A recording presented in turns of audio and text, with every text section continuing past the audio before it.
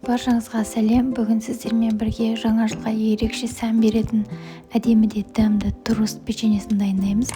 Бұл печенье мерекелік дастарханға да, сыйлыққа да таптырмас тәтті болады. Ендеше бастайық.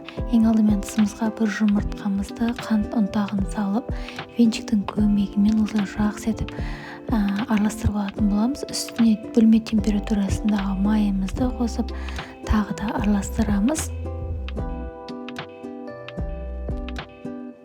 Енді кішкене шым-шым тұз қосып, електен өткізілген ұнымыздың үстіне қамыр қобыстқышымызды, осындай ванилинімізді қосып, қасықпен араластырып алып, жұмсақ қамыр илейтін боламыз.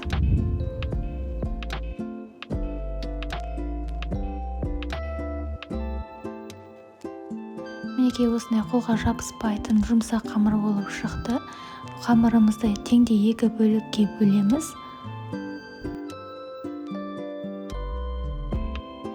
Енді бір бөлігіне осындай бояудан 3 тамшы құятын боламыз. Барлығын араластырып, бүкіл қамырды қызыл түске бояп, қамырымызды илеп алатын боламыз. Мінекей біздің қамырымыз осындай болып шығады. Енді осындай пакетке салып, екеуінде тоңазытқышқа жарты сағатқа қойып қоямыз. Мінекей дайын болған қамырымызды осылай алып, жайып алатын боламыз.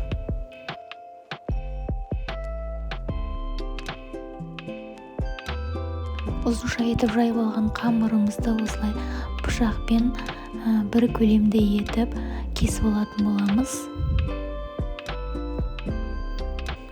Кесіп алған қамырымызды осылай қолымызбен ұзынша етіп жайып аламыз. Енді бір-біріне осылай орап, қолымызбен қайтадан жайып жіберетін боламыз.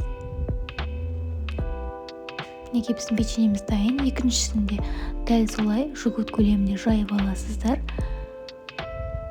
Сосын осылай орап туруст печеньеміздің пішініне келтіріп аламыз. Барлық печеньемізді дәл осылай жасап алатын боламыз. Құрметті көрермен, сіз менің каналымда алғаш болсаңыз, каналыма тіркеліп, лайк басып, мені қуантып қойсаңыздар деймін. Мінекей печеньеміздің бәрін жасап болдық, пішінге келтіріп, енді табамызға барлығын қойып шығамыз. Қызып тұрған пеште 180 градуста 15 минутта пісіріп аламыз. Мінекей біздің печеньеміз дайын болды. Мінекей қараңыздар, қандай керемет печенье болып шықты. Ауызға салсаңыз бірден ере беретін печенье. Сіздер де осындай ерекше печеньені жасап жақындарыңызды қуантсаңыздар болады. Видео ұнаған болса, лайк басып, комментарий жазып, каналыма тіркелуді ұмытпаңыздар. Жаңа жылдарыңыз құтты болсын.